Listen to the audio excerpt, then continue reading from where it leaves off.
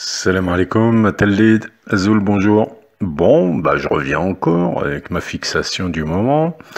Donc, Micron, la corruption de Micron, financée par l'oligarchie emprisonnée Al-Harrach en Algérie. Bon, bientôt je vais me prendre pour l'autre là, Abdou Masmar, qu'est-ce qu'il a lui? Algériapart, hein, Mediapart.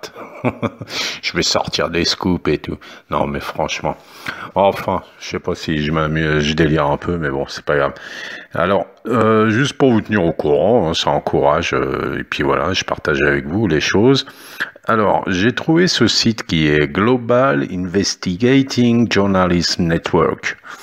Alors, ce site, cette organisation, c'est un réseau international de journalisme d'investigation, le GIJN, qui regroupe 211 organisations basées dans 82 pays qui soutiennent et consolident le journalisme d'investigation autour du monde.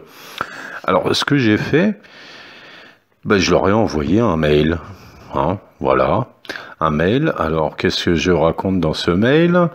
Rapidement, bonjour, je suis un simple citoyen algérien, je découvre votre plateforme de journalisme d'investigation. J'aimerais que vous m'aidiez dans la mesure de votre possible à comprendre pourquoi aucune enquête n'a été produite concernant un fait grave. Le financement par les oligarques corrompus algériens aujourd'hui en prison de la campagne des présidentielles 2017 du candidat Macron. Il y a eu des petits articles sans aucun impact médiatique, des rumeurs en 2019, mais rien de plus. Certains ont évoqué une enquête journalistique américaine, mais laquelle? À votre connaissance, y a-t-il des journalistes qui seraient susceptibles de s'intéresser au sujet? Oh, j'ai fait une faute trop tard.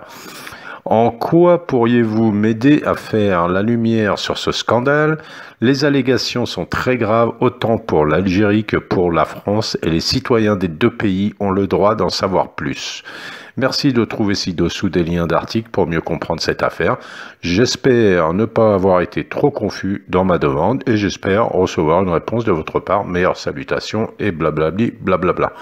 Bon, je vous dis ça, c'est juste pour vous encourager en fait, toutes et tous, à faire des démarches de ce genre. J'ai envoyé aussi à Mediapart.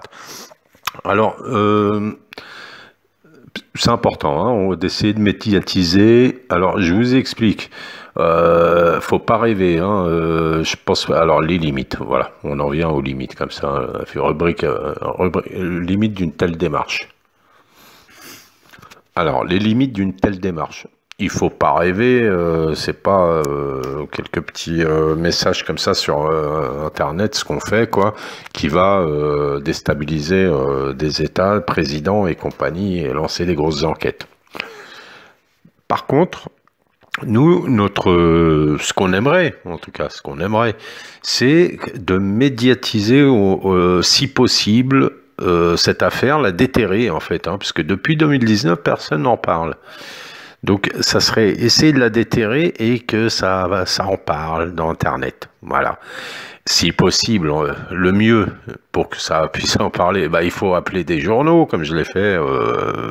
Mais bon, rien ne dit que ça va faire quelque chose spécialement. Là, j'ai envoyé à Global Investigate, j'ai envoyé aux responsables francophones et responsables Afrique de ce site et aussi globalement à toute l'organisation. Je l'ai écrit traduit via Google en anglais. Moi, je parle anglais couramment. Donc je l'ai traduit et envoyé aussi. Moi, je vous invite à faire de ce type de démarche. Vous connaissez un journaliste, vous avez des mails, il faut aller sur les sites, vous écrivez un petit mot, vous envoyez 2-3 liens je vais vous mettre les liens là sous la vidéo pour qu'ils comprennent un peu, peut-être qu'ils en ont entendu parler, peut-être pas du tout, etc. Voilà. Bon, on essaye de faire ce qu'on peut. Ah ouais, alors dans les limites, voilà, dans les limites, je pense que est-ce que faut se poser la question, est-ce que je fais du tort à mon pays, donc à l'Algérie, en faisant ça?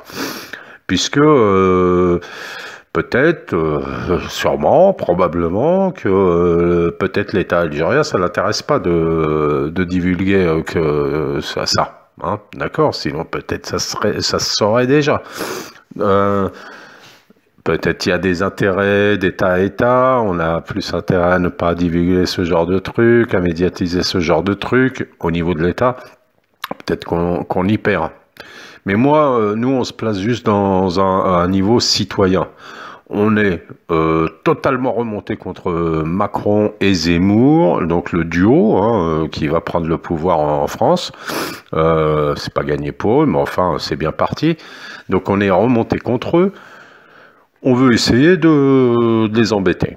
Voilà, ben, un petit grain de sable va savoir qui va bloquer la machine. Si c'est le destin, bah ça, c'est Allah qui sait, hein, c'est le destin qui ça va faire cette démarche. Mais bon, sinon, bon, on leur a fait comme ça pour ça nous défoule. Alors, donc soit est-ce on se pose la question, est-ce que je porte tort à mon État, l'Algérie, etc. Moi, je réponds non. Voilà, en tant que citoyen, il y a eu corruption, c'est une affaire de corruption, c'est de l'argent qui est quand même censé être plutôt resté en Algérie pour d'autres choses, donc j'ai le droit de demander des comptes. Deuxième chose, et je sais plus, attendez, je m'interromps. Deuxième chose, imaginons l'affaire finit carrément par éclater, paf, ça perturbe le candidat Macron à la présidentielle, carrément sa candidature est remise en cause et tout. Oh là là, bah dites donc, on peut toujours rêver. Eh ben, dans ce cas-là, est-ce que l'Algérie, ils réussiront, on connaît bien les médias français, tout ça, etc., à retourner la situation en accusant l'Algérie justement d'être le mauvais dans l'histoire? Ou bien est-ce que ça va être, comment dire, plus préjudiciable à Macron, hein, parce que c'est spécialement ce Macron qui est visé. Moi, je pense que, bah, souvenez-vous, l'affaire Sarkozy-Kadhafi, dans l'affaire où il a financé, ça a plus posé moralement un problème à Sarkozy, la France, quoi, hein, voilà, la politique, le milieu politique français, que à celui qui a financé. Hein, c'est à peu près ça. Comment vous dire?